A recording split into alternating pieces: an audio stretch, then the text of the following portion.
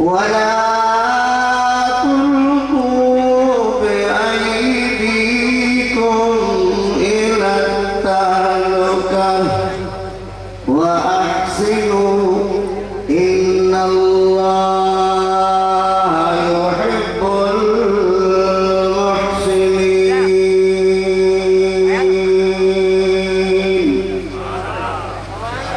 फ़क़द क़ाल अल्लाहु तबारक व तआला अज़्ज़ व जल्ल फ़ी शान हबीबिहिल मुस्तफ़ा इन्नल्लाहा व मलाइकतहु युसल्लूना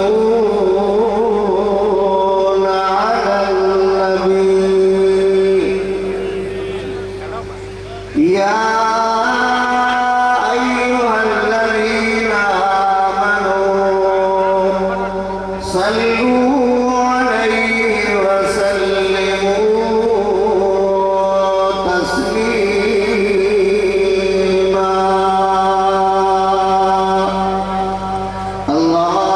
अल्लाहुम्मा सल्लि व सल्लिम व बारिक व सल्लिम अला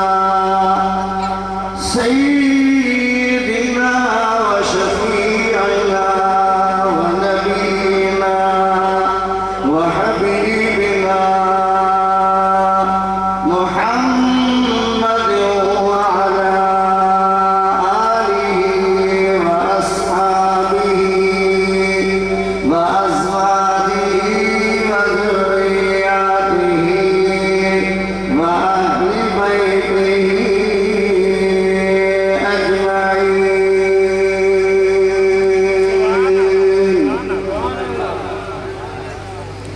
पढ़िया पढ़िया कढ़िया की नकी तोरे वजन की बिना हुब्ब हबीब दे कुछ न मिलन की जिन जो अल्लाह मारन ते यकीन से अड़क आए आलिम दिया।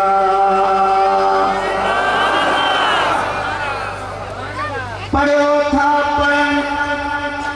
करण की न कुलूब में पारा दो चरण जी अमर जवाई बेतरा।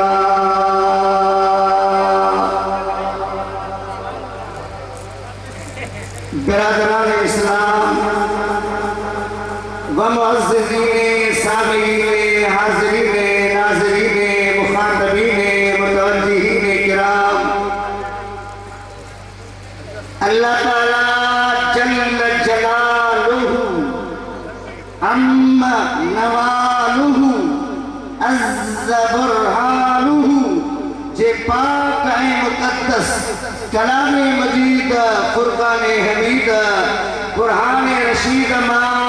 फ़क़त हिकिड़ी आयत सगोरी मूं गुनहगार तिलावत कई आहे। रब करीम खां दुआ आहे त मालिकुल मुल्क आयत मतलूबा जी सही माना ऐं उन जो सही मफ़हूम बयान करण जी तौफ़ीक़ अता फरमाए। अल्लाह ताला मुआजिज़ के हक़ ऐं सच बयान करण जी तौफ़ीक़ अता फरमाए। असां ऐं तव्हां खे हक़ ऐं सच ॿुधी ऐं सम्झी करे उन जे मथां मुकम्मल तौर अमल करण जी तौफ़ीक़ अता फरमाए। सबका पेरी पेरी ओ मुजाहिद पर सुन्नी मुस्लमान भा अज करीम रब जा किरोड़े कर्म थिया, अल्लाह जा अरबे एहसान थिया, मालिक जो मेहरबानियों थियो जो हेड़े तजारी दौर में फितने वारे दौर में नफ्सा नफ्सी वारे दौर में माण्हू चवण लॻा त तूफान पियो अचे, बारिश पई अचे, शदीद बारिश पई अचे, साईं फलन शाह भूल जो सायानो उर्स मुबारक मुतासर थींदो, ख़ल्क़ ख़ुदा जी घटंदी, पर मुजाता न ख़ुदा जो कसम चरी वेरावे न वधा है। ये साईं जी ज़िंदा करामत आ, साईं जी करामत आ, असांजो अक़ीदो सलामत आ, साईं जी नज़र आ, साईं जो फैज़ आहे, साईं जी करम नवाज़ी आ। ओ मुजादा अॼो कोई प्रोग्राम भले तव्हां चओ त हिन महफ़िल जो मोर सिकंदर शाह, पर आऊं चवां थो ख़ुदा जो कसम भलन शाह भूरो अभी चवंदासीं पुछासीं कूड़ा आहिनि, अव्हांखे आऊं कूड़ो कोन थो चवां, केरु थो चवे त इन्नकुम काज़िबीन, आऊं या इन्नकुम काज़िबून, आऊं ये कोन थो चवां त तव्हां कूड़ा आहियो, पर मुंहिंजा त हर हिक जी पंहिंजी तहक़ीक़ हूंदी आहे, हर हिक जो पंहिंजो मुतालियो हूंदो आहे। हाणे एतिरो अवां बि आलिमनि खां ॿुधंदा पिया अचो हर साल, बाबा अॼो की राति छाजी आहे ॿुधायो जी, जुमे जा रात विसरी वयो हूंदो, हाणे मच्छर ऐं बरसातूं आके जुमे जी रात विसरी वई। हाणे यादि रखो अॼु रात जुमे जी आया, जुमे जी रात बि भली, महबूब जी ज़ात भली, अल्लाह वारनि जी बात भली, सोने नबीअ जी नात भली, ऐं जमात भली, सात भली। तव्हांखे ख़बर आहे शेख अब्दुल हक मुहद्दिस अली रहमहुल्लाह ताला, अल्लाह ताला उनजे मथां रहमतूं नाज़िल फरमाए, चओ आमीन। ओ मुजाहिद पर सुन्नी मुस्लमान बा अहले इल्म वेठा आहिनि, उलमा किराम वेठा आहिनि, जिन जो अल्लाह जे क़ुरान सां प्यारा, मुस्तफ़ा जे हदीसनि सां प्यारा, सीरत जे किताबनि सां प्यारा, तारीख़ जे किताबनि सां प्यारा, दर्स निज़ामी जे किताबनि सां प्यारा, जिन जो ताल्लुक़ किताबनि सां आहे, तव्हां उन्हनि खां पुछो फ़क़ीर जेका ॻाल्हि करे थो सा सही थो करे या ग़लति। शेख अब्दुल हक मुहद्दिस देवी रहमतुल्लाह अलैह, उहो आशिक़े रसूल आ, आशिक़ आ, सादिक़ आ, मर्द मुजाहिद आ, मर्द कलंदर आ, वॾो आलिम आ, ख़ुदा उनखे इल्म सां नवाज़ियो हो। ओ मुंहिंजा दिलबर भाउ जी, असां ऐं तव्हां चाहींदा आहियो, असां ऐं तव्हां दुआऊं घुरंदा आहियो, ओ असांजा अल्लाह असांजो हिकिड़ो अर्ज़ु क़बूल फरमा। उहो अर्ज़ु कहिड़ो आहे त रब करे भाग भरे शल मदीने वञा, रब करे भाग भरे शल मदीने वञा, मदीने वञा, नबीअ खे ॾिसां, रब करे भाग भरे शल मदीने वञा। अहिड़ी तरह साईं अब्दुल हक मुहद्दिस अली रहमतुल्लाह अलैह ॿारनि खे क़ुरान पियो पढ़ाए, हदीस पियो पढ़ाए, फ़िक़्ह पियो पढ़ाए, उसूल फ़िक़्ह पियो पढ़ाए, सर्फ़ नाहव पियो पढ़ाए, आलिम पियो बनाए, पर पढ़ंदे पढ़ंदे अदा साईं जे अखियुनि मां अशक ॿार, साईं जे नेणनि मां जा नेण पिया वहनि। शागिर्द था पुछनि, ओ क़िबला, ओ असांजा रहबर, ओ असांजा रहनुमा, ओ असांजा उस्ताद, ख़ैर त आहे अॻे तव्हांजो अहिड़ो मूड न हूंदो, अॻे ख़ुशि त भई हूंदी, ख़ुशि मिज़ाजी में पढ़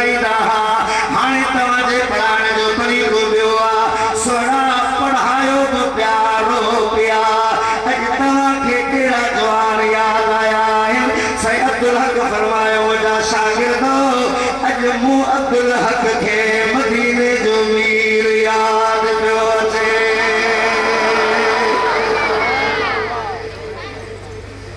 चिखला खो चिमत बंदा मदद खुदा मुझी तैयारी फले पारा आऊं सोई और मुजादिल बरबा किथे हुन जो मुल्क हिंदुस्तान किथे हरमैन शरीफैन पर आशिकन दे लाए पंध छाटना और मुजादिल बरबा मुस्तफा दे इश्क में एना मखमूर हा मुस्तफा दे इश्क में एना मस्त होदा और मुजादा उन्हन के पंध तंग न कंदो हो पंध मजबूर न कंदो हो बलक छा चढ़दा त हिन जबल ता है दिले दो ओ मदीनो मीर जो ही खजन जो पाग मजबो मदीनो मीर जो ओ मुजादिल पर सुन्नी मुसलमान बा शेख अब्दुल मोहसिन देलवी रहमतुल्लाह अलैह हरम पाक में बोतोआ हज बैतुल्लाह सही अदा गया हज जा मनासिक अदा गया वरी काफिले वारन के चढ़ लगो वदा अरे काबतुल्लाह जो तवाफ कयो सी यारो हलो मदीने पाक साथी चढ़ लगा साईं तकड़ के लिया जी अदा काबतुल्लाह तहिया पर काबे जो काबो बिछड़ो मोहम्मद हली सो जने शेख अब्दुल मोहसिन देलवी रहमतुल्लाह अलैह मदीने पाक पहुंचो आशिक जी अदा ॾिसो आशिक जी सदा ॾिसो आशिक जी निदा ॾिसो आशिक जी पुकार ॾिसो आशिक जो जज्बो ॾिसो आशिक जी मोहब्बत ॾिसो महबूब करीम सल्लल्लाहु अलैहि वसल्लम जी दरबार में भी अर्ज़ो करे अगर खैरियत दुनिया व उक़बा आरज़ूदारी बेदरगाह शिफियाओ हर ख्वाही तमन्ना दुनिया खपे हिते अचो उक़बा खपे हिते अचो महबूब जी हुआ दरबारा जो मुस्तफा जे दरबार का को खाली न मोटलो आ जने शेख अब्दुल मोहसिन देलवी रहमतुल्लाह अलैह उते पहुंचो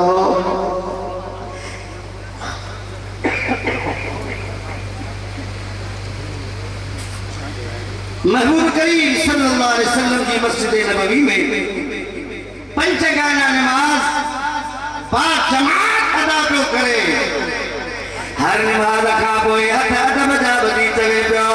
अस्सलातु वस्सलामु अलैका या रसूल अल्लाह अस्सलातु वस्सलामु अलैका या हबीब अल्लाह अस्सलातु वस्सलामु अलैका या रहमतल लिल आलमीन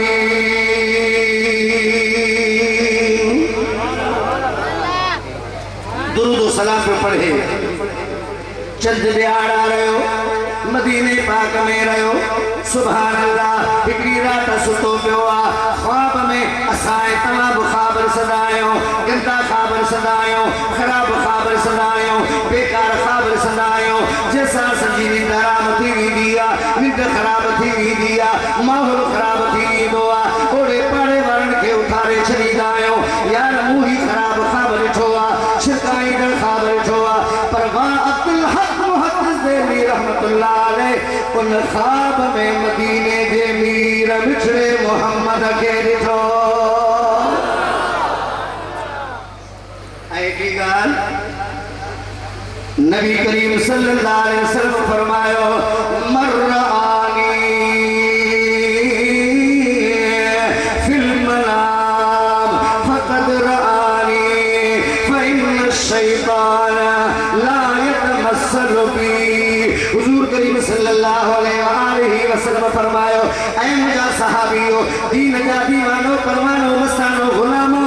जेकॾहिं मां मोहम्मद करीम पंहिंजे आशिक़ खे ख्वाब में नींद में ज़ियारत कराया तव्हां पक समझो त इहो ज़ियारत कराइण वारो मोहम्मद करीम आहे। शैतान के मजाल आहे, शैतान के ताकत न आहे। शैतान पीर जी सूरत में अची सके तो, फकीर जी सूरत में अची सके तो, आलिम जी सूरत में अची सके तो, हाफिज जी सूरत में अची सके तो, आमिल जी सूरत में अची सके तो, आबिद जी सूरत में अची सके तो, निमाजी जी सूरत में अची तो। पर आमना जी लाल फरमायो शैतान के ताकत ही न है जो मां मोहम्मद करीम जी सूरत में अचे। छाते करे जे जो मिसाल होंदो आ, जे जी मिसरियत होंदी आ, उन जी सूरत दीदी आ मां मोहम्मद बेमिसाल आया। महबूब जो दीदार थिस मबूसी फरमायो या अब्दुल हक मुहद्दिस देलवी उखरुज मिनल मदीनतिल मुनव्वरा इज़हब इला क़रियत अल-हिंद फबल्लिगु। ओ अब्दुल हक मुहद्दिस देलवी मदीने पाक मां निकर मदीनू छत पंहिंजे माइटाणे मुल्क हिंदुस्तान में वञ, उते तबलीग कर, उते मां मोहम्मद जे तबलीग जी अशद ज़रूरत आ। हिंदुस्तान कुफरस्तान लॻो पियो आ, तू हेॾो मुहक़क़ थी करे मदीने में रह दे। मदीने में छाजी खोट आ, मां मोहम्मद वेठो आया। इज़हब इलल हिंद हिंदुस्तान में अर्ज़ किया था तव्हां जेको फरमायो सदक़त या रसूल अल्लाह। सोना तव्हां जेकी कुछ फरमायो सच फरमायो आहे, पर मूं आशिक़ जो बि अर्ज़ ॿुध। हुज़ूर फरमायो भई ये बयान कर असमे मूंखे ॿुधा माज़ा तक़ूलो छा थो चुगी, माज़ा रायो क, माज़ा ख़्यालो क। तुंहिंजो रायो कहिड़ो आहे, तुंहिंजो ख़्यालु कहिड़ो आहे? ओ मुंहिंजा उरीदो अन उक़ीमा उरीदो अन अस्कुना फिल मदीनतिल मुनव्वरा इलल हया। सुना मुंहिंजो इरादो इहो आहे त पिरी पुॼण खां परे न थिया, पिरीअ जे पाड़े में रहा,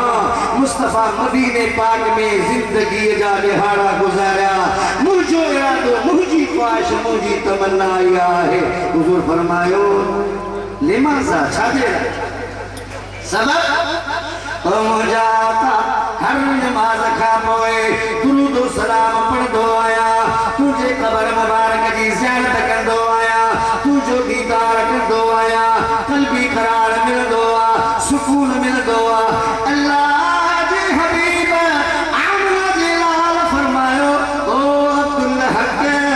मां मोहम्मद जी ॻाल्हि ॿुध, तोखे इन में वॾो फ़ाइदो थींदो। मुंहिंजा आका कहिड़ी? हुज़ूर फरमायो 5 गाना नमाज़ बाद मात मस्जिद नबवी में पढ़ी, 5 दफ़ा मां मुस्तफ़ा जे रोज़े मुबारक जी या मज़ार जी या क़बर मुबारक जी ज़ियारत थो करी। तू मुंहिंजी ॻाल्हि मञ, हिंदुस्तान वञ, उते मां मोहम्मद करीम तोखे रोज़ानी सुजागी ऐं बेदारीअ जी हालत में मां मोहम्मद दीदार कराईंदो रहंदुसि। उते वञ, जे मथां मुस्तफ़ा जी हेॾी निगाहे कर्म हुजे। अवां खां थो पुछां अबा उहो सादिक आहे या काज़िब आहे? सादिक आहे न, उहो सचार आहे। उन अशतुल लम्हात शरह मिशकात, मिशकात शरीफ जी शरह फारसी ज़ुबान में अशतुल लम्हात शेख अब्दुल हक मुहद्दिस देलवी रहमतुल्लाह अलैह लिखी आहे। उन में लिखियो वियो आहे, छा लिखियो वियो आहे? साईं छा फरमायो आहे? साईं फरमायो हर शबे जुम्मा हर रूह मैयत दर खाने खुद में आयत बने बीलद के तसद्दुक कुरद अज़वयाना शेख अब्दुल मुहद्दिस देलवी रहमतुल्लाह अलैह फरमायो मुझा बाबा शेख अब्दुल मुहद्दिस देलवी जड़ो जवान पंहिंजे किताब में लिखे तो दुनिया वारो हर जुमे जी रात हर मैयत जो रूह पंहिंजे घर में ईंदो आहे ऐं ॾिसंदो आहे त उनजे पारां ख़ैर ख़ैरात कई वई आहे या न सदको कयो वियो आहे या न दुआ में के यादि कयो आहे या न यादि करण वारा यादि कनि था या विसारे छॾियो या विसरी वियसि अड़े जे करे हर मैयत जो रूह जुमे जी रात पंहिंजे घर में तो अचे त वॾी कामिल सोणे भलर शाह बादशाह भूरे जो रूह महफ़िल में छो न हूंदो उनजी सदारत पई हले उनजी क़ियादत पई हले उहो पंहिंजे नूर नज़र सां असां ऐं तव्हांजे पियो निहारे इंशाअल्लाह असां ऐं तव्हांजा बेड़ा पार थी वेंदा हो मुंहिंजा दिल पर सुन्नी मुस्लमान भाउ तव्हां इश्तिहार पढ़िया हूंदा या पढ़ियल न हूंदा पढ़ियल खां तव्हां पुछो हूंदो अॼोके जलसे जो उनवान आहे ज़िक्र अहले बैत मुस्तफ़ा पर को शहादत अहल बैतन जी जिक्र कंदो को सियासत को अमानत को हिदायत को इबादत को इताअत को इनायत पर मुख्य अॼु ॻाल्हाइणो इहो आहे त मुस्तफ़ा जा बचड़ा मूंखे अहल बैतन जे सखावत ते ॻाल्हाइणो आहे मुझा दिल बरबा हर दरगाह ते तव्हां वञो रुको हिते न हर दरगाह ते वञो ख़ल्क़ ख़ुदा जी एतिराज़ कंदी आहे त फ़ी 13 जो महीनो आहे सफ़र ख़ाली महीनो आहे मुझा दिल बर सुन्नी मुस्लमान भाउ सफ़र जो महीनो आहे मुझा ही महीनो ख़राब आहे हिन महीने जी 20 तारीख़ करबला जे शहीदन जो चहलम होंदो हिन महीने में शाद बिटाई जो 14 सफर मुज़फ़्फ़र उर्स मुबारक होंदो सूफी शाह इनायत शहीद जो उर्स मुबारक हिन महीने में होंदो इमाम अहमद रज़ा उन जो उर्स सफर जे महीने में होंदो इमाम रब्बानी मुजद्दिद अल्फसानी रहमतुल्लाह अलैह जो उर्स मुबारक भी हिन महीने में होंदो मुजादा शेखुल इस्लाम वल मुस्लिमीन गौसुल आलमीन सुनो बहाउल हक उन जो उर्स मुबारक भी सफर महीने जी 7 तारीख़ ते होंदो अल्लाह वारा जेकी वॾा वॾा अहलिया उन्हनि जा आरास उन्हनि जा उर्स मुबारक हिन महीने में थींदा आहिनि ऐं ही महीनो ख़राब नाहे तव्हांखे ख़बर आहे जेकॾहिं ही महीनो ख़राब हुजे हा त गौसुल आलमीन तव्हांखे ख़बर आहे त सोने बहाउल हक़ खे गौसुल आलमीन जो लक़ब केरु ॾिनो मुजादा गौसुल आलमीन जो लक़ब मदीने जे मीर ॾिनो कीअं ॾिनईसि ख़बर अथव कीअं मिलो और मुझा दिल बरबा वलीए कामिल हुजन तेरा हुजन गौस हुजन तेरा हुजन कुतुब हुजन तेरा हुजन शेखुल इस्लाम हुजन तेरा हुजन ओ मुजादा पीर तरीक़त हुजन तेरा हुजन रहबर शरीयत हुजन तेरा हुजन साईं गौसुल आलमीन गौस बहाउल हक 9 साल मदीने पाक में रहो ओ मुजादा 10 साल जी नजरो पार पेंपड़ा ॾींदो ये गौसुल आलमीन पेंपड़ा ॾेई पंहिंजी दाढ़ी मुबारक सां मस्जिद नबवी ऐं मुस्तफ़ा जे रोज़े जी बुहारी कढंदो तॾहिं त उनखे इहो लक़ब मिलियो त मुंहिंजा दिल बर भाउ ही महीनों खराब है, ही महीनों भलो आ। हर जगह ते तवा ॾिसो त लंगर खानो लॻो पियो आहे। लंगर खानो जिते हूंदो उहा दरगाह कॾहिं बद न थींदी। ऐं जे दरगाह ते लंगर हले समझो त उन जा गादी नशीन सखी आहिनि, उन जा गादी नशीन अहलुल्लाह आहिनि, उन जा गादी नशीन पंहिंजे वालिदैन जे नक्शे कदम ते हलण वारा ऐं वालिदैन जा सपूत ऐं फरमान बरदार बजड़ा आहिनि, जेके पंहिंजे बाबे जे तौर तरीक़े खे हलाईंदा पिया अचनि, हलाईंदा पिया अचनि। अॼु बि तव्हां ॾिसो ही बड़ी सखावत आहे। नबी फरमायो अस्सखिया करीबुन मिनल्लाह व करीबुन मिनन्नास व करीबुन मिनल जन्नति व बईदुन मिनन्नार। हुजूर करीम सल्लल्लाहु अलैहि वसल्लम फरमायो सखी अल्लाह के वेझो आहे, सखी माण्हुनि खे वेझो आहे, सखी जन्नत खे वेझो आहे ऐं जहन्नम खां परे आहे। मुस्तफा फरमायो अल जन्नत दारुल अस्फिया। मुस्तफा फरमायो त सखिन जो घर आखिरत में जन्नत है। अस्सखी हबीबुल्लाह लो फासिका। सखी केतिरो भी गुनहगार हुजे पर अल्लाह जो दोस्त आहे। फिरऔन जेको चवंदो अन रब्बुकुमुल आला आऊं तव्हां जो रब आहियां, हज़रत मूसा बद दुआ कई ऐं अल्लाह खे तबाह कर ऐं अल्लाह खे मार, नीस्त नाबूद कर। लेट थी देर थी, मूसा त कलीमुल्लाह हो, मौला छो नथो इनखे मारी, छो नथो तबाह करी। अल्लाह से फरमायो प्यारा मूसा आहे त बुछड़ो आहे त किन्नू, पर हिकड़े अमल जे करे आउं हुन सां रिआयत थो करियां। या अल्लाह कहिड़ी जी सुबुह शाम हिन जो लंगर खानो हले। सुभान अल्लाह। सुबुह शाम हिन जो लंगर खानो हले पियो। हाणे लंगर खानो रुगो बंदि करे त पोइ ख़बर वठिजांइ। जेकॾहिं फिरऔन खे लंगर खाने मां फ़ाइदो मिले थो त अल्लाह वारनि इहो ॾिस वरितो त रब खे रिझाणो अथई त ईंदड़नि वींदड़नि खे मारी खारां। सुभान अल्लाह। महबूबे सुबहानी कुतबे रब्बानी गौस संतानी शहबाज़े लामकानी मुर्शिद हक़ानी पीरान पीर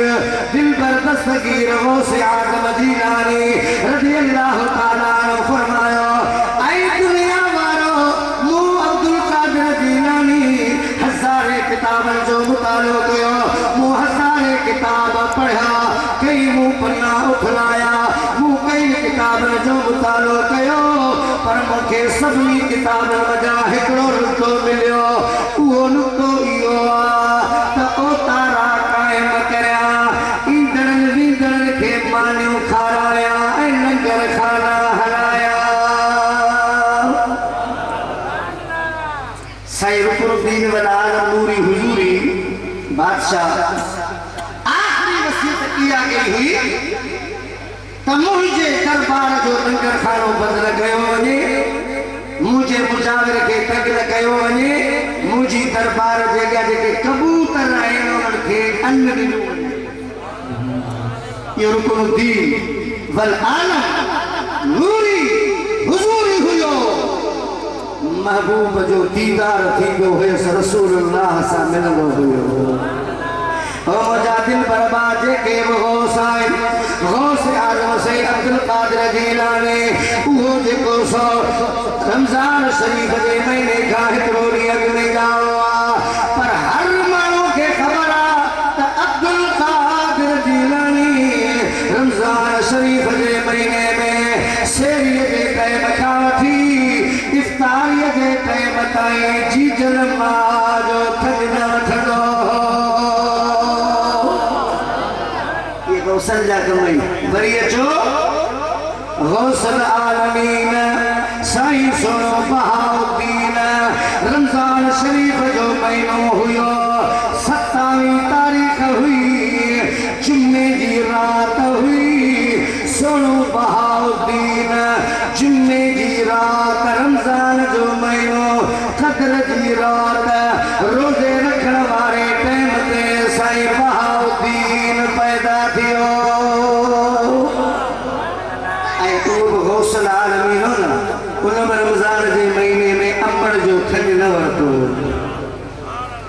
वरी हलो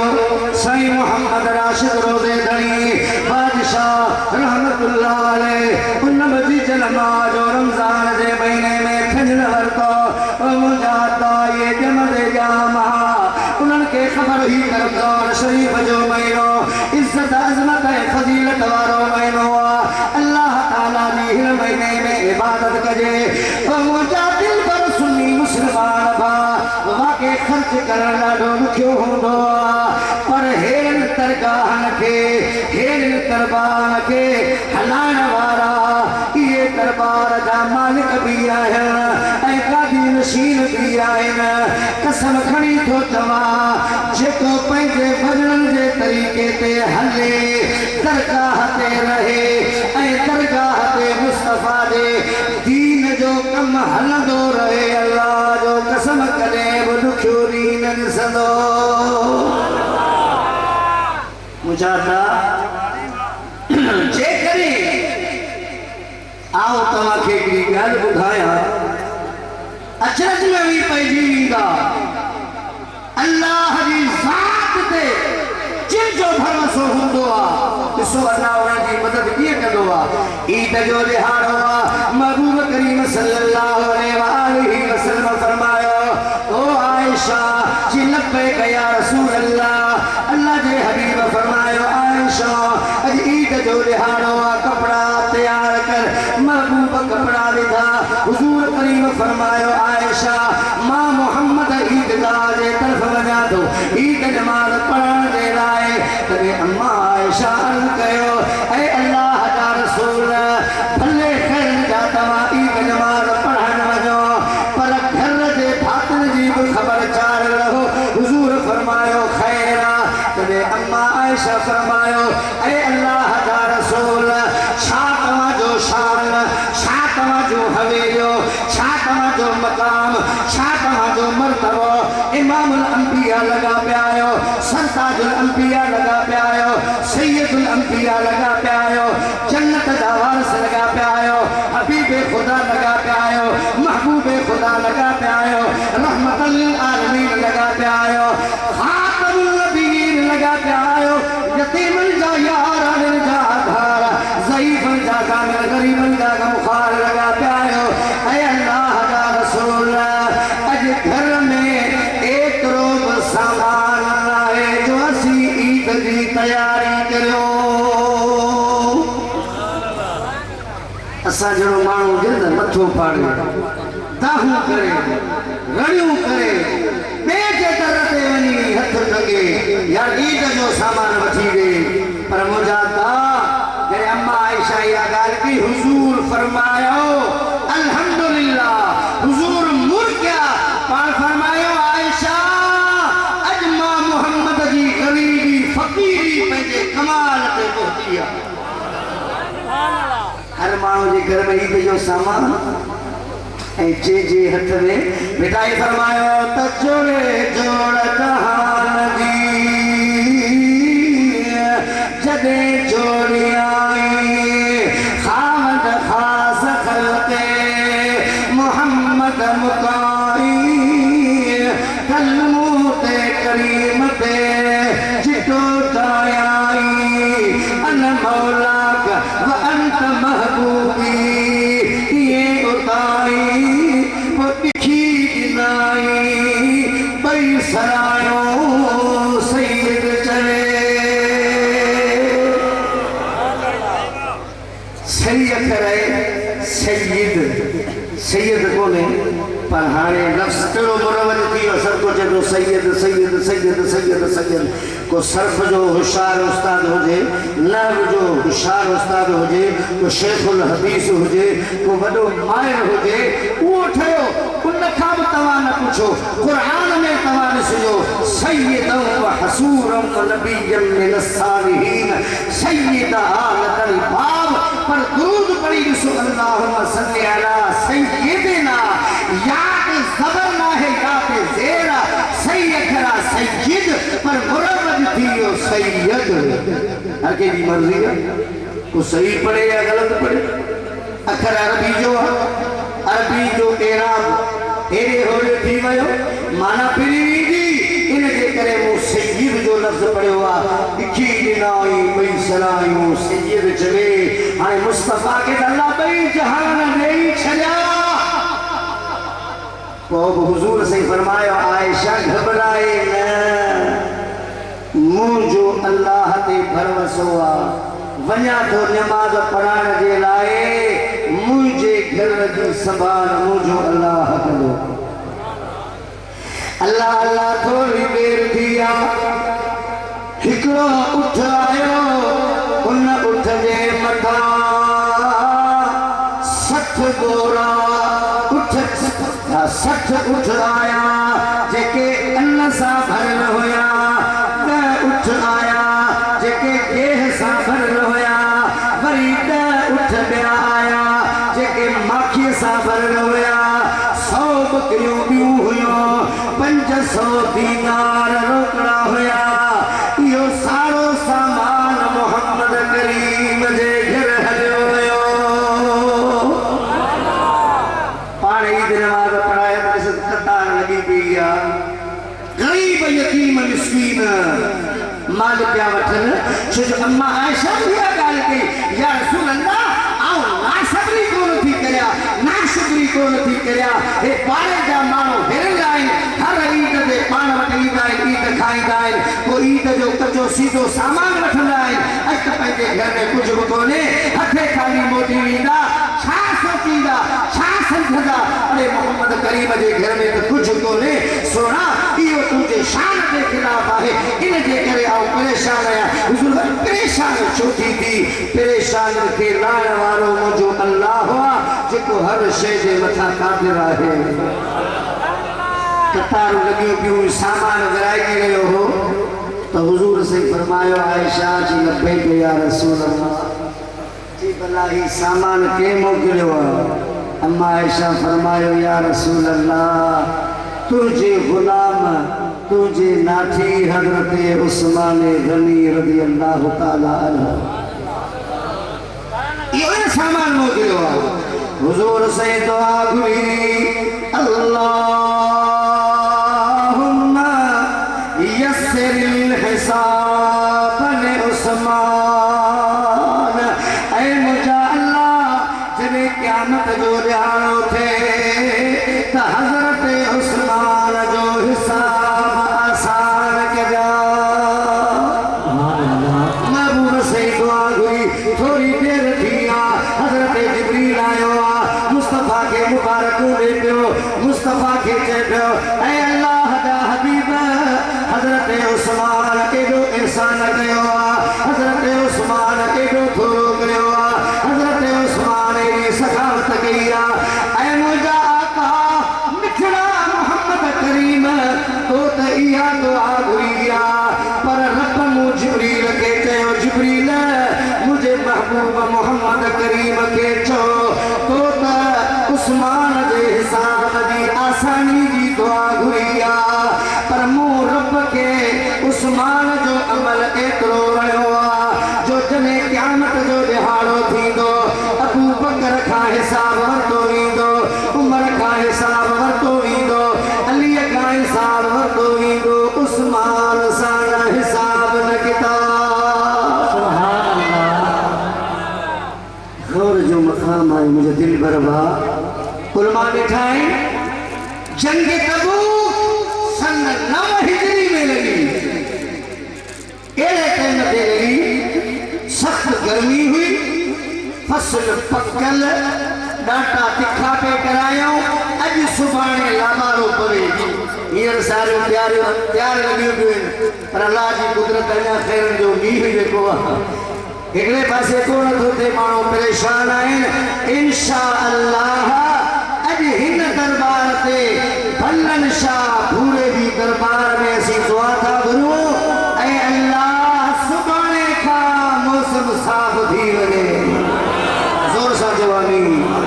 ऐं अल्लाह सुभाणे खां मौसम साफ़ सुथरी थी वञे मींहं खे समुंड ॾांहुं मोकिल हेॾे होॾे मुंतशर कर ऐं अल्लाह इन तूफ़ान खां अज़ाब खां ऐं अल्लाह हे किवड़ूं किरी रहियूं आहिनि इन्हनि सभिनी खां मुस्तफ़ा जी उम्मत खे बचा आमीन दुआ दुर्वेशारा में इलाही दुआ तो बेशर में रही इंशाअल्लाह मसलाल दीदा जंग तबूक जे मौके ते हुजूर से ऐलान कयो त बाबा रूम जे बादशाह जो दिमाग खराब आ को 30,000 लश्कर गद कयो बैठो आ ता मोहम्मद अरबी सा जंग लड़न हुजूर फरमायो सहाबियों ने खबर गर्मी घणी आ फसल बाबा को क्या है फसल बाबा जो तैयार आ हाने बियो खबर आवा के फसल खपे तो या मदीने जो मीर खपे तो सबनियत मथे कया या रसूल अल्लाह या हबीब अल्लाह तू तो कभी हुजूर फरमाए तैयारी करो पैसा जमा करायो सब खपेरी हजरत अबू बकर सिद्दीक रज़ी अल्लाह तआला अन्हु के घर में आयो ओ मुजाहिद पर सुन्नी मुसलमान का गाल कर सोलिया हजरत अबू बकर सिद्दीक घर में आयो घर में सनो थुल्लो जे को सामान हो मेरे पे घर पे करे मेरे घर करे रखाई अबू बकर सिद्दीक कजे बदन ते नौ लिबास अबू बकर यो नौ लिबास लाथो फाटल कपड़ा पाता है ओ मुजाहिद सुई धागो उहो मुस्तफा जी दरबार जे मोकल दे राय जे जगह ते सामान कर करे थे रखाई उते रखाई काशे न छजाई ए मुजाहिद सुई लाए धागो लाए हाने खजिए जे कंदे सा कपड़ो टुटला उते खजिए जो कंडो लगायो वयो हजरत अबू बकर सिद्दीक सामान खड़ी घरानी तो हजरत उमर के भी खबर पई आ उन सोचो त अबू बकर वट माल थोरो आ मु उमर वट माल जामा अज कोशिश करया त अबू बकर खा कोए खड़ा हजरत उमर तकड़ो तकड़ो आयो बार गए मुस्तफा में या रसूल अल्लाह हादा लक हुजूर से फरमा अबक़ीतनी अहलिक या उमर ऐ उमर ये तो खड़ी आयो है पैदल बारे में बच्चन जे लाए अहलो अयाल जे लाए घर जे बातिन जे लाए छा छड़ी आयो आका जे को मान होयो शतरैन कयम निस्फैन कयम अध अन निस्फ लक वन निस्फ ले अहली सोना जे को मोट मान हो अध तो मुस्तफा लाई खड़ी आयो है अध में जे बार बच्चन ले खड़ी आयो है जब अबू बकर सिद्दीक के जो नंबर आयो हुजूर फरमा अबक़ीतनी अहलिक या अबा बकर ए अबू बकर ये खबर भला घर जे भातन जे लाए छा छड़े आयो आही ये तो जवाब नहीं परवाने को चिराग बुलबुल को फूल बस सिद्दीक के लिए है खुदा और उसका रसूल बस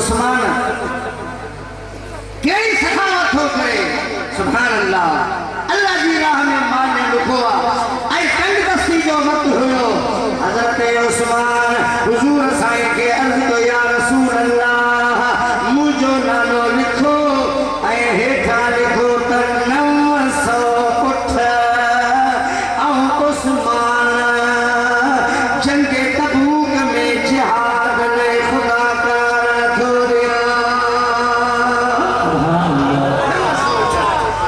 हुजूर फरमायो जिद फजिद चिट्ठी का सोना लिख हजार वाली घोड़ा धो दिया। हुजूर फरमायो जिद फजिद या रसूल अल्लाह लिख त साडा 29 किलो चांदी राह मौला में धो दिया। अल्लाह अल्लाह हुजूर फरमायो जिद फजिद उस्मान अनावत या रसूल अल्लाह अल्फ दीनार हजार दीनार धो दिया राह मौला में। हाणे जो तू हेडो कुर्ब करे एडी कुर्बानी दे राह मौला में मुजादा छा उन जो अल्लाह वट मकाम न होंदो अल्लाह वट जो वडो मकाम होंदो वो मुजादा एकले दिहाड़े है दरे करार मुश्किल कुशा शेर खुदा सोनू अली रोई रयो मानू जोड़ी आया भाग पे पाइन को हथ पे को जुने को पैर पे जुने अली के दिलदारी तोले हसन हुसैन जा बाबा मिठड़े मोहम्मद करीम जा दामाद छोकरोई रोण जो सबब केड़ो चियता मुझो लंगर खानो मु लंगर खानो ठारायो रोहिन जे करे तो सत दिहाड़ा थिया नमो अली वट को हिकड़ो मेहमान बनायो है। ये दरगाह जा के लंगर खाना मु गुजरला साला के माना बुधाई लंगर जी याद इसलिए जी उस्ताद पूछो ना शागिर्द खां जी पुट के खबर अल्लाह से नक एकड़ो नो मथो एकड़ो नहीं दिल हिकड़ी नहीं भला कन्न बछोरी नहीं चला से जो हिन कन्न मा बुधो हिन मा कडी छयो ये न करियो माना के बुधाई मानो चंदा त बाबा जहाज समुद्र मान लंगर अंदाज जो लंगर मन गुजरो मटियो वियो त अल्लाह वारन जी दरगाह जी जेका माली हुंदी खास कर उन जो नालो लंगर होंदो छाजे करे जो अल्लाह वारन के खादे सा प्यार न होंदो अल्लाह वारन के जिक्र खुदा सा प्यार होंदो। सही त सगीर अब्दुल कादिर जीलानी पान फरमाईंदा हा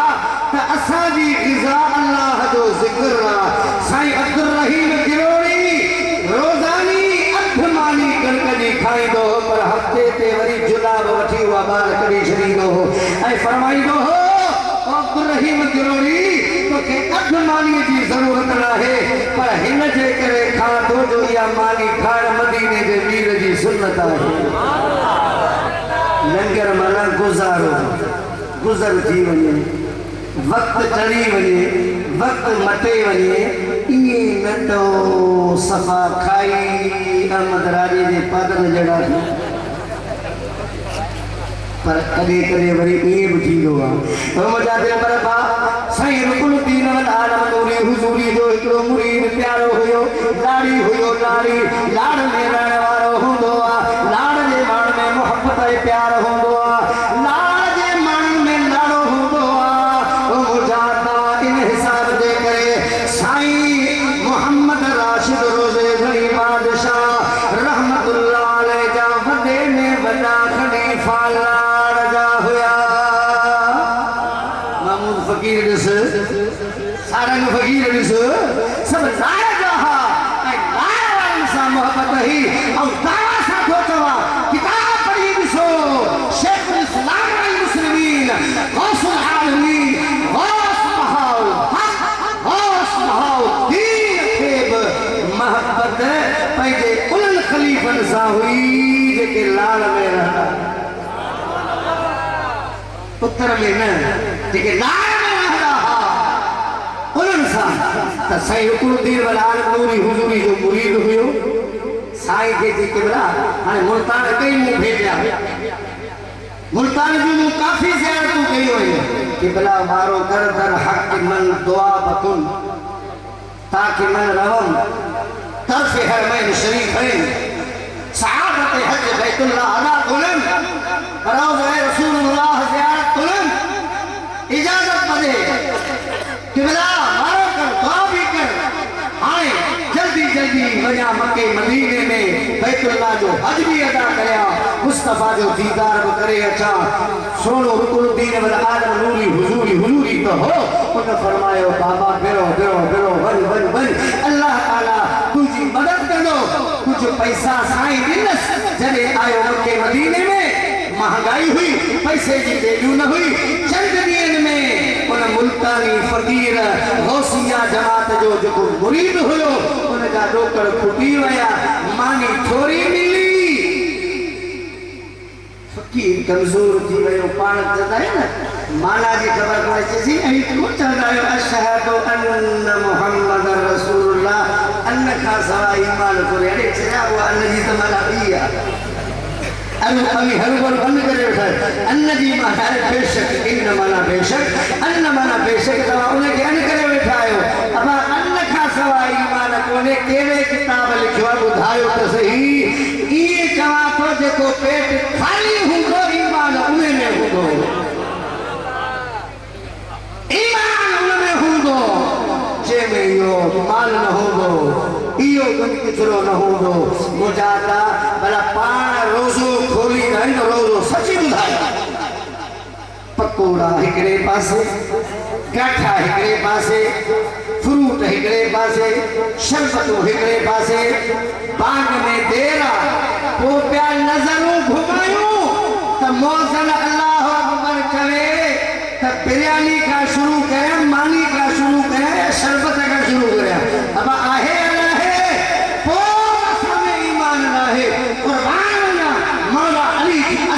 फजीलत नथा रमजान शरीफ जो महीनो हुयो 19 तारीख मौला अली ते हमलो थियो उन का बड़ी अग में 17 तारीख ते मौला अली जी न्याणी बीबी ज़ैनब आई पंहिंजे बाबे के चवण लगी मुझा बाबा मुझी दिल थी चवे पंहिंजी न्याणी जे घर अच रोज़ो थी खोल मौला अली फरमायो अम्मा आओ हाजिर आया तू हली इहतिमाम इंतजाम कर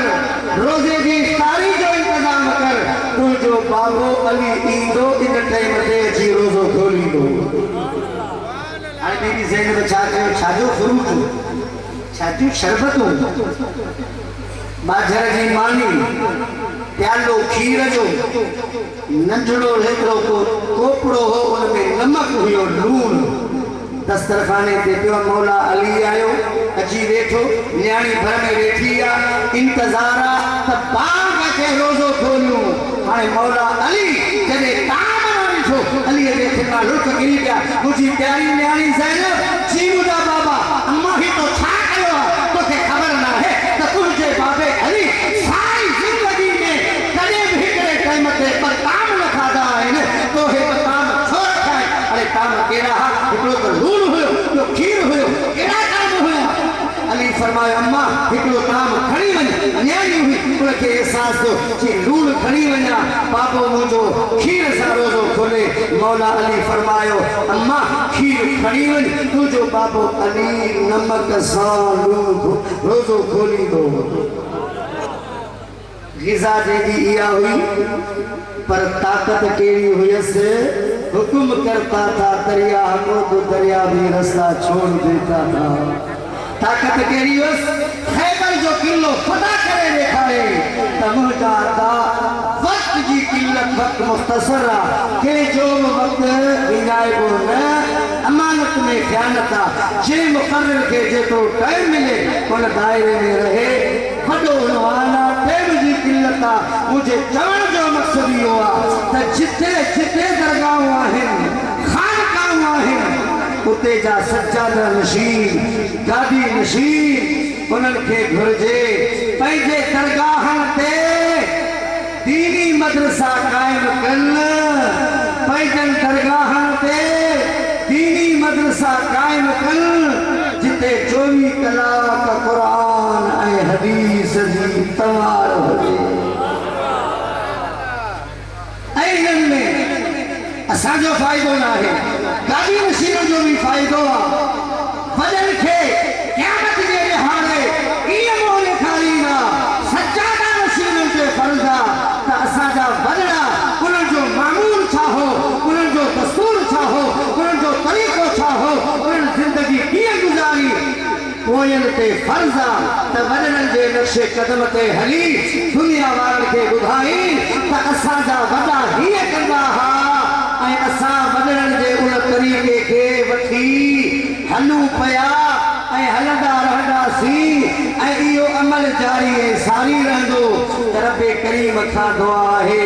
त ही भलन शाह भूरे बादशाह जी मज़ार जो जेको फैज़ आहे क़यामत ताईं जारी ऐं सारी रहे।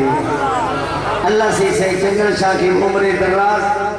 उम्र खज़री अता फरमाए। माशाअल्लाह आस्ते आस्ते साईं जी हाणे कीमत ऐं साईं जी सूरत हकीकत में कंहिंजे अॻियां वाखाण कनि या मुबालिगा वारा सलाम न कयूं, पर असां इन जे करे त साईं खे दिलदारी ॾियूं त साईं खे दिलदारी ॾियूं त साईं अञा अॻियां कदम वधाए।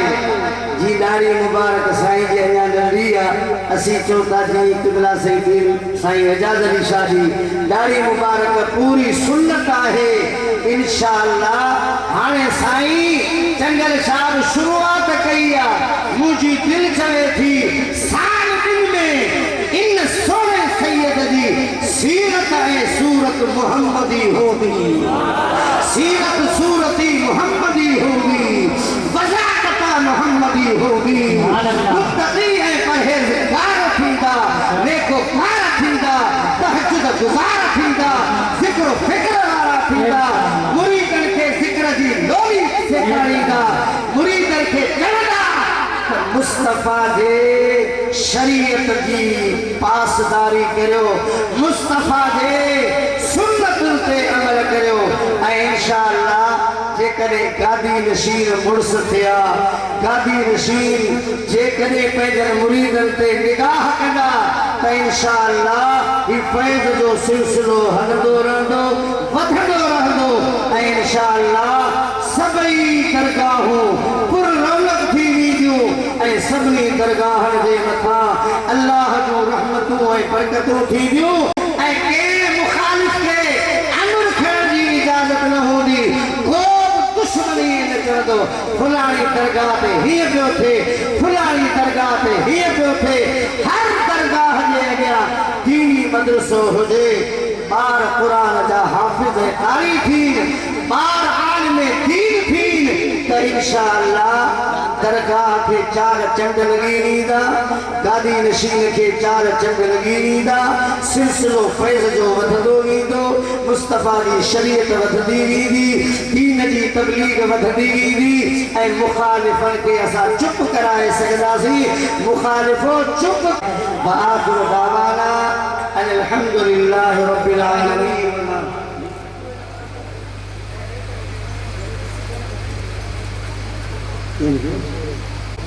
कज़ा नमाज़ जो तरीक़ो इहो आहे जेकॾहिं हिकिड़ो माण्हू अहिड़ो आहे ज़िंदगी में हुन खां गॾु या जुदा जुदा ज़िंदगी में 6 वक़्त नमाज़ जा कज़ा थी विया हुजनि त उन माण्हूअ ते तरतीब अता कज़ा जी ज़रूरी नाहे। जेकॾहिं मूंखां ज़िंदगी में हिकु दफ़ो कज़ा नमाज़ थी वई आहे त मूं ते लाज़िम आहे त आउं पहिरीं कज़ा नमाज़ पढ़ां पोइ अदा नमाज़ पढ़ां। हाणे टे सूरतूं अहिड़ियूं आहिनि जो 3 सूरतुनि में अदा कज़ा जी तरतीब ख़तम थी वेंदी। हिकिड़ी सूरत इहा जे माण्हू खां ज़िंदगी में 6 वक़्त नमाज़ जा कज़ा थी विया त हाणे उन ते तरतीब न हू साहिब तरतीब बनाए त हर को पहिरीं कज़ा पढ़े पोइ अदा पढ़े, न भले हू पहिरीं अदा पढ़े पोइ कज़ा पढ़े। हिकिड़ी सूरत इहा। ॿी सूरत इहा त हिकिड़े माण्हू खां अॻीअ जी नमाज़ कज़ा थी वई, जॾहिं विचीअ जो टाइम थियो त हुन चयो त पहिरीं कज़ा नमाज़ अॻी पढ़ी पोइ विची नमाज़ पढ़ंदुसि। पर जॾहिं मस्जिद में आयो विची नमाज़ पढ़ण जे लाइ उनखे एॾा विसविसा थिया, उनखे एॾा फ़िक्रात थिया, उनखे एॾा ख़्यालात आया जो हू जेका कज़ा नमाज़ अॻी जी रहियल हुई उन खे विसरी वेई। विची नमाज़ जो फ़र्ज़ पढ़ी सलाम करे मूंखे पहिरीं कज़ा नमाज़ पढ़ी वो तो पढ़ी को हाल ठीक है जे ज़िम्मे में कज़ा नमाज़ आहे विची नमाज़ अगी नमाज़ कज़ा थी हाने विची नमाज़ एड़े टाइम ते तो पढ़े माना सुजलाने में समझो वञा 15 मिनट आहे या 20 मिनट आहे 30 मिनट टाइम जे करे विची दी नमाज़ मानो कज़ा करे पढ़े तो आहे मत तारीमी पढ़ी सके तो पर हुन सोचो त जे करे मुझे ज़िम्मे में अगी दी नमाज़ कज़ा आहे या आओ पढ़ंदस त 15 मिनट मुखे ने कज़ा नमाज़ में लगी वेंदा विची दी नमाज़ वरी मुखारी विची दी नमाज़ वरी मुखारी थी भला हिकड़ो चलन मिसाल दा अरे बाबा हिकड़ो ठगो चोर कायो ॿियो ठगो त काबू कर हुआ नमाज़ मां कज़ा थी वई भला ही आखिर मां विची थी वने भला इनखे त काबू कर इन सूरत में कज़ा नमाज़ जेका अगी वारी उन के छड़े दारे विची नमाज़ पढ़े ठीक है इन सूरत में हेलो को मसलो कुर्बानी जो गोश्त गैर मुस्लिम खाई सके वडी गाला इने में असाया मुफ्ती साहब उलझी गया मसलो आसान पियो गालिया त गैर मुस्लिम जो जिंदा गैर मुस्लिम जेके पा नान मुस्लिम चंदा आयो हिंदू चंदा आयो हाने जेके नान मुस्लिम गैर मुस्लिम आहिनि उन्हनि जा पर क़िस्म याद रखो हिकड़ो हिंदू आहे हरबी ॿियो हिंदू आहे ज़िमी याद रखो हिकड़ो हिंदू आहे हरबी ॿियो हिंदू आहे ज़िमी हरबी ओ हिंदुस्तान वाला हरबी थव उते उन्हनि जी बादशाही आहे मुस्लमान ना एॾा हावी आहिनि न असीं ठगी जी कुर्बानी करण कोन ॾींदासीं उते उन्हनि जी सल्तनत आहे उन्हनि जी हुकूमत आहे हो हावी हो ग़ालिब आहिनि हाणे उहे जेके आहिनि हिंदू उहे न हरबी फिरण वारा झगड़े करण वारा मुस्लमान जा कट्टर दुश्मन हाणे उते जा मुस्लमान उते जे हिंदुनि खे जेके हरबी आहिनि उन्हनि खे कुर्बानी जो गोश्त नथा ॾेई सघनि पाकिस्तान में जेके हिंदू आहिनि इहे ज़िमी समझो था मना उन्हनि ज़िमू खयो आहे मुस्लमान जेका असीं तव्हांजा ग़ुलाम आहियूं भाई थी रहंदासीं असीं अवां सां वणंदासीं कोन असीं अवां जे मातहत आहियूं ऐं वाक़ई तव्हां जेकॾहिं उन्हनि जे अॻियां गऊ जी कुर्बानी कयो एतराज़ कोन कंदा हिते जा हिंदू ज़िमी आहिनि जेकॾहिं हो अचनि था कुर्बानी जो गोश्त वठण जे लाइ बिल्कुलु लिखियो पियो आहे किताबनि में ऐं ॾेखारण जे लाइ तयार आहियां हज़रत अल्लामा मौलाना गुलाम रसूल सईदी टिबियान कुरान में भी लिखियो आहे त जेको हिंदू ज़िमी आहे उनखे कुर्बानी जो गोश्त ॾियण जाइज़ आहे बाक़ी जेको हिंदू हरबी आहे उनखे ॾियण नाजाइज़ आहे छो जो उहे ॿेड़ू आहिनि उहे आग आहिनि मुस्लमान सां विढ़नि था पर ख़तरनाक आहिनि ऐं हिते वारा वीचारो ज़िमू वठी आया आहिनि मुस्लमान जे पाड़े में रहनि था हिते हिन जो ज़ोर नथो हली सघे हिते अक़लियत में आहिनि ऐं हुते हिंदू अक़लियत में आहिनि मुस्लमान अक़लियत में आहिनि हुते मुस्लमान जो ज़ोर नथो लॻे लिहाज़ा ज़मीनी हक़ाइक़ खे ॾिसबो आहे उते जे हिंदुनि खे उते जा मुस्लमान कुर्बानी जो गोश्त नथा ॾेई सघनि हिते जा मुस्लमान हिते जे हिंदुनि खे जेके ज़िमी आहिनि उन्हनि खे कुर्बानी जो गोश्त ॾेई सघनि शुरू में असांजा मौलवी को जी खियोड़ी झटको थी रहने माण्हू ठीक है किथे तस्वीर की सदा बड़ी फतवा जारी कंदा अरे शायद तस्वीर मने इस्लाम में जुल्म करे छॾियो कहर करे छॾियो पर हाणे ज़मीनी हक़ाइक़ खे लियो तब्दीली एॾी पई अचे इमरान खान तब्दीली आंदी आहे ही त वरी मौलवी तब्दीली आंदी आहे हिकिड़े माण्हू खां सुठी ॻाल्हि कई चइसि हाणे अवां मौलवी तब्दीली आंदी हुई न अॼुकल्ह असीं बसाटा ऐं दाल घणी था खाऊं वज़ो बीहे कोन थो 5 मिंटनि में किट फूस अचे थी महिरबानी करे फतवा जारी करियो त नंढी किट सां वज़ो कोन थो भॼे वाली शरीयत सारे बापे दी कोने मुस्तफा की शरीयत असी फैसलो न थारी सकूं ही मुझा दिल पर भा ॿियो ठयो मुझो इतराज कोने पर खुदा जो कसम ये शे तकवा के खिलाफ अल्लाह हमारा तकवा जा मालिक छो हाने थोरो तवा के किसान नाराज न थियो अब आवा तस्वीर क्यों दी अथरा दू थोड़ी माई अगरे बिठी सामने बेड़िया साईं अब्दुल कादिर जीलानी की तस्वीर आ खुदा जो कादिर फिर जाने को असाजा मुसलमान उन्ने तस्वीर जे मकान गुलाब जे गुल जो हार प्या रखन ऐ उते अगर बकर व्यापारी हाणे मुखे तवा छजो अवा पंहिंजे मन जे मुक्ति खां पुछो अवा पंहिंजे ज़मीर खां पुछो असां मुसलमान हिंदू में फर्क रहियो फर्क रहियो ही खुद पुरसी ना है छाए ही तस्वीर दी पूजा ना है छाए तू अदब कदे अब्दुल कादिर जीलानी दी तस्वीर और केड़ो सबूत ही अब्दुल कादिर जीलानी दी तस्वीर अरे ये पहली तस्वीर और जे करे हकीकी किसी तस्वीर हुजे तस्वीर की इज्जत करनी ना है तस्वीर के चुमरू ना है तस्वीर के चुमरू ना है तस्वीर के छाकरी सा लगानो ना है नबी सिंह फरमायो नबी सिंह फरमायो ला कुल मलाइका बैत फीह सुमर फीह कलम कमा क़ाल रसूलुल्लाह सल्लल्लाहु अलैहि वसल्लम अल्लाह के हबीब फरमायो जे घर में जानदार शय जो तस्वीर हो दो जे घर में कुत्तो हो दो जे घर में इहतराम वारो मानो बिरजण में देर को करे मुस्तफा फरमायो उन घर में उन इलाके में रहमत जा मलाइका ईंदा उन घर में रहमत मलकुल मौत ईंदो रहमत जा मलाइका कोई नहीं ईंदा ये सब शयूं किने माण्हू ने पुछो बस ठीक है तस्वीर जेका है वो मना है कुत्ते बेचारे के दो गयो कुत्ते कब हो गयो बाबा जने पागे ई दिया हमारे सजाए कुत्तो रुआर कंदो छोटो रुआर करे छो जो रहमत जो मलाइका हेठ रहे थो ई दिसे थो रोआर को करे मलाइका वापस हटा था वजन छाजे करे कहीं चंदा सही भला कुत्तो मलाइका के दिसे तो अजकल जो पीर मलाइका के छोड़ गुरु सबब केड़ो उन जो जवाब हुआ अल्लाह ताला जड़े हजरत आदम जो दूधो मिट्टी में ठायो तैयार थियो अल्लाह से मलाइका ने कहा कि उसजुदो पे आदम के सजदो करियो सबनी सजदो कयो शैतान सजदो त न कयो दादे आदम जो जेको बूतो हो न उन जे घर में वेही ओ जे जगह पे ही दुन इन दुन वाली जगह पे जोर सा खागा रहे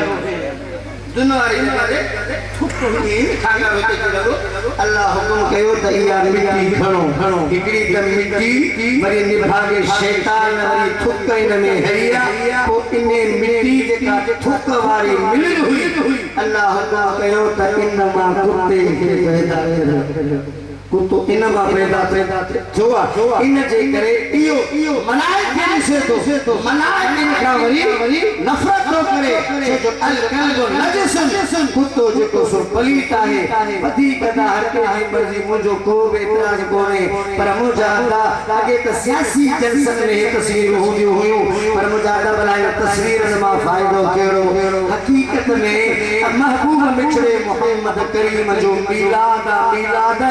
असा के मिलाद सा मोहब्बत मिलाद जे बारे में केतरियो आयतो लिखो मिलाद जे बारे में केतरा ही बैत लिखो को बेतराज कोने पर मुजादा हिकड़ी गाल एकरे एकड़ो मानो गलत कम कंदो तमे के दिसी दियो के दिसी दियो के दिसी चौथो के दिसी जे ओ घराई थी ना केतरन के पीरे जो जैसे मुते नाराज है तो हुन मुफ्ती साहब के चो हुन पीर साहब के चो हुन के चो हो जाता है गैर जरूरी शय है बाकायदे मानो मुखा तारीफ वठंदा आहिन सही तुजी तस्वीर सभे मुझे तस्वीर हणदे जी दाढ़ी आओ कोने छो ब्या मौलवी मुझे पंहिंजी कबर में पाण जान छराईंदो मुझो न सागो तालो कोने मुखे ही शेर भी बणे हमारी मर्जी तमोजा दिल पर भा ये अजीम शान हर साल जलसो थींदो आहे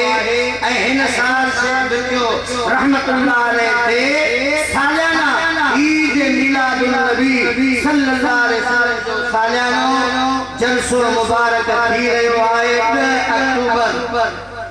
पहिरियों अचर सूमर जी रात 2 अक्टूबर पहिरियों अचर अंग्रेजी तारीख़ अक्टूबर जी 10 तारीख़ हूंदी पहिरियों अचर हूंदो अचर जी शाम सूमर जी रात वरी हिते हुस्न में इत्तिफ़ाक़ इहो थियो आहे जो ही जलसो शेख ज़कीर ईद मिलादुन नबी जो सूमर जी रात ते तो थे मुस्तफा को सूमर जी रात आया मशहूर अरसार दरगाह ते जलसो थींदो आहे साईं इतरन के दावत ॾिनी अल्हम्दुलिल्लाह सुठी ॻाल्हि आहे पोइ हिन घणा अचनि घणा न अचनि जेके ईंदा उनखे केतिरो टाइम मिलंदो उहो साईं बादशाह मर्ज़ी वारो आहे इख़्तियार साईं खे आहे ऐं अदा हाणे आउं केतिरनि जा नाला खणा ठीकु आहे इश्तिहार तव्हां खे मिलंदा मक़सद पीर आलिम बुजुर्ग फकीर आलिम आबिद आमिल सैयद पीर मुदर्रिस उस्ताद शेखुल हदीस सब ईंदा मुस्तफा जे मिलाद जी महफिल खे ॿुधाईंदा पूरी जमात खे गुज़ारिश आहे त घणे में घणे तादाद में अची हिन नूरानी प्रोग्राम में शरीक थी पंहिंजे दिल पर महबूब मुस्तफा जो शान ॿुधी पंहिंजे ईमान खे तर ऐं ताज़ो बनाईंदा ऐं आशिक़ रसूल जो सबूत ॾींदा अल्लाह कंदो त हे प्रोग्राम हे बिहार क़यामत ताईं हलंदा रहंदा अल्लाह अल्लाह के सलामत रखे असां खे सलामत रखे हेड़ियूं मजलिसूं महफ़िलूं हलंदियूं रहनि वेरा वेर वध हुजनि अल्लाह ताला साईं चंगर शाह खे उम्र दराज़ उम्र ख़ुज़री अता फरमाए साईं साल ब साल प्रोग्राम के वधाईंदो पियो अचे जी साईं प्रोग्राम के वधाईंदो पियो अचे त मदीने जो मीर साईं खे वधाईंदो पियो अचे चेहरे ते दाढ़ी मुबारक वारी साईं चादर मुबारक मथे मुबारक ते टोपी अॻियां हली इंशाअल्लाह इन सोने सैयद जे मथे ते सोने हुसैन जी दस्तार होगी सोने अली जी दस्तार होगी मदीने के पीर जी दस्तार होगी वो साईं जी दस्तार बुधली त साईं जी गुफ्तार बुधली त साईं जी रफ्तार बुधली साईं जो किरदार बुधलो ऐ साईं जी रुखसार बुधली आखिर दावाना अल्हम्दुलिल्लाहि रब्बिल आलमीन व मा अलैना इल्ला अल बलाग।